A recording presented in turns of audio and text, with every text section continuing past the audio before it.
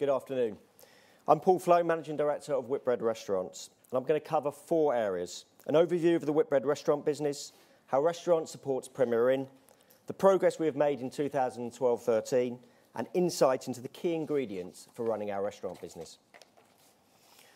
We have a really good restaurant business in its own right, with 400 sites fairly evenly spread across 3 brands: Beefeater, Brewers Fayre and Table Table. 94% of them are joint sites.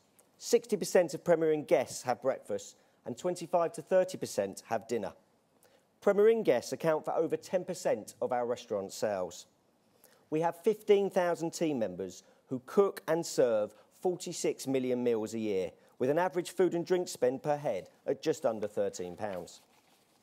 Our estate is 88% freehold, with 95% of our restaurants located outside of the M25, which makes us very different to the majority of our competitors. We're a food-led restaurant business, 70% food mix. And as you can see from the table, our average weekly sales per site are significantly ahead of our competitors. And our food sales mix is also higher than our competitors. Our restaurant business supports Premier Inn's growth and success. 375 of our Premier Inns are adjacent to a Whitbread branded restaurant. Food and drink is critical to Premier Inn's guests, especially breakfast. And in terms of dinner, the Premier Inn guests want a broad-based great value offering, not too narrow, not too expensive, not too cheap, so that they feel comfortable eating and drinking with our local guests. That makes our brands the perfect fit. Our joint site strategy also allows Premier Inn to enter smaller catchments, where there is a demand for only 50 to 80 Premier Inn bedrooms. And the Premier Inn pipeline includes 60 joint sites and 5,000 rooms, which will be opened by 2018. Premier Inn guests spend around 50 to 60 million per annum in our restaurants. And as the table demonstrates, overall Premier Inn guest satisfaction increases when they eat in our restaurants.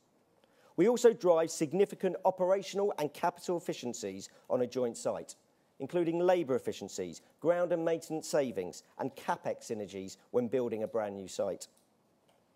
The synergies are clearly demonstrated when you compare joint sites to a Premier Inn which sits alongside a third-party restaurant, a co-located site.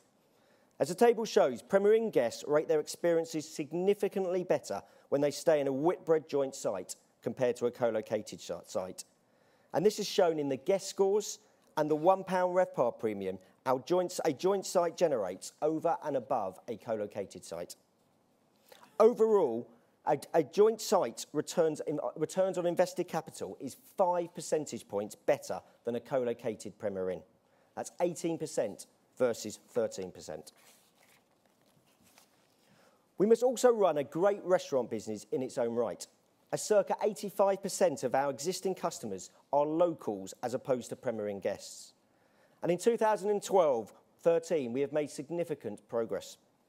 Our like-for-like sales growth of plus 2.3% was driven by covers of plus 3% and spend per head of plus 0.4%. We outperformed the market by 1.3 percentage points.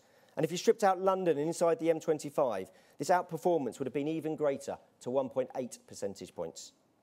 Alongside our strong sales performance, we achieved record guest scores with net recommend of 62.9%, up 3.7 percentage points, and record team engagement of 77%, 4 points up from the previous year. Also, despite significant cost inflation, we've also improved our like-for-like contribution margins in the year by 0.4 percentage points, and our contribution profits by 3.3%. This has been driven by significant labour efficiencies, over £6 million in the last 2 years, menu re-engineering and an every penny counts mentality. We've also invested for the long term by creating a dedicated restaurant leadership team with key appointments: Chief Operating Officer, Marketing Director, Food Director and HR Director. Our sales performance has been driven predominantly by commercial activities rather than aggressive capital. But we do continue to invest circa £25 million per annum in non-growth CapEx to maintain our estate, which is equivalent to our annual depreciation charge. Our restaurant business has a single-minded mission: to serve up great memories for our guests. The serve up is all about our food, creating great menus which are perfect for our customers, cooked and served to specification every single time. And the great memories is all about our people and the service they give our customers. And to achieve this mission, we run our business with a relentless focus on our recipe of success, inspiring guests to love our brands, showing we care every day, getting it right first time every time, finding smart ways to grow sales, knowing and engaging every guest, and smashing our targets. And now I will take you through the key aspects of each one.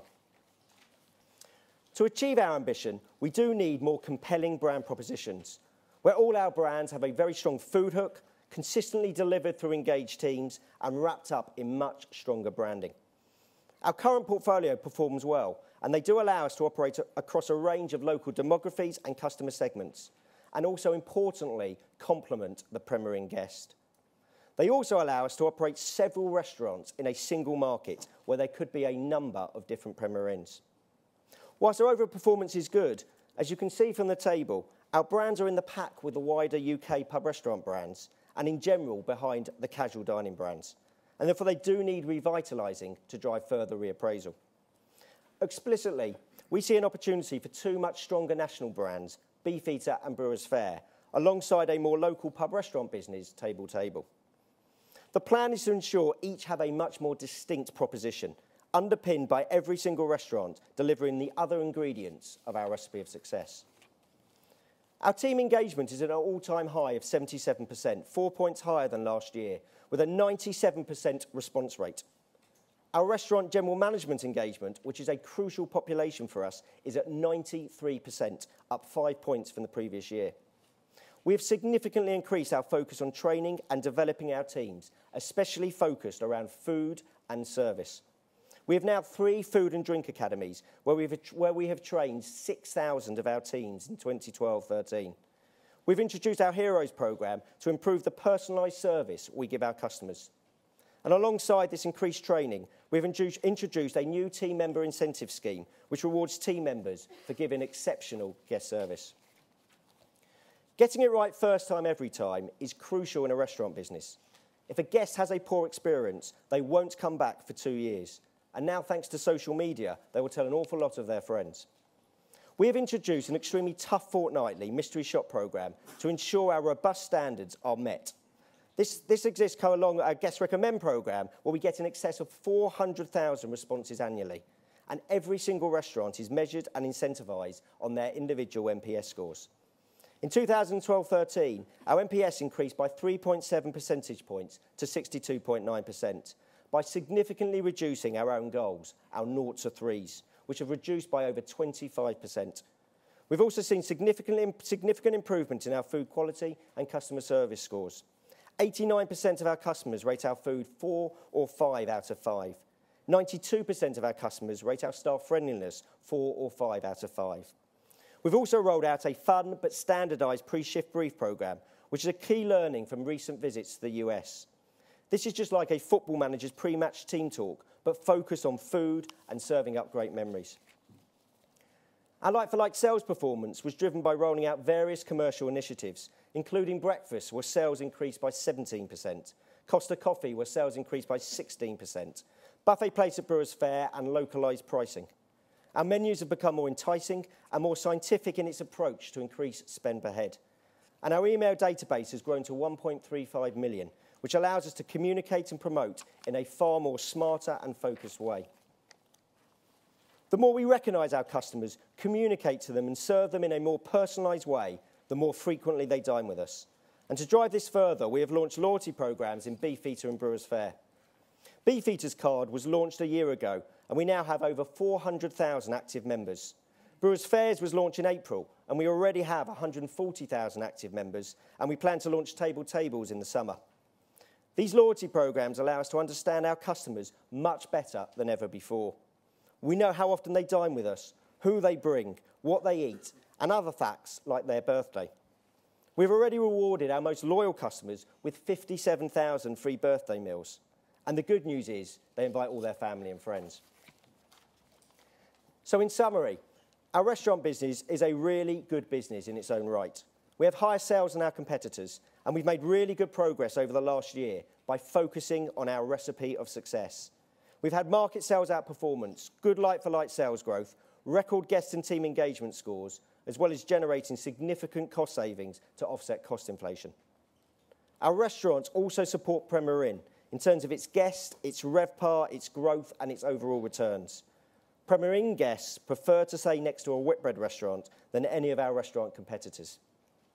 We are ambitious, and we do recognise to become a world-class restaurant business, there is much more progress to come. Thank you. And I'm now going to hand over to Paul McPherson, who heads up Premier Inn International.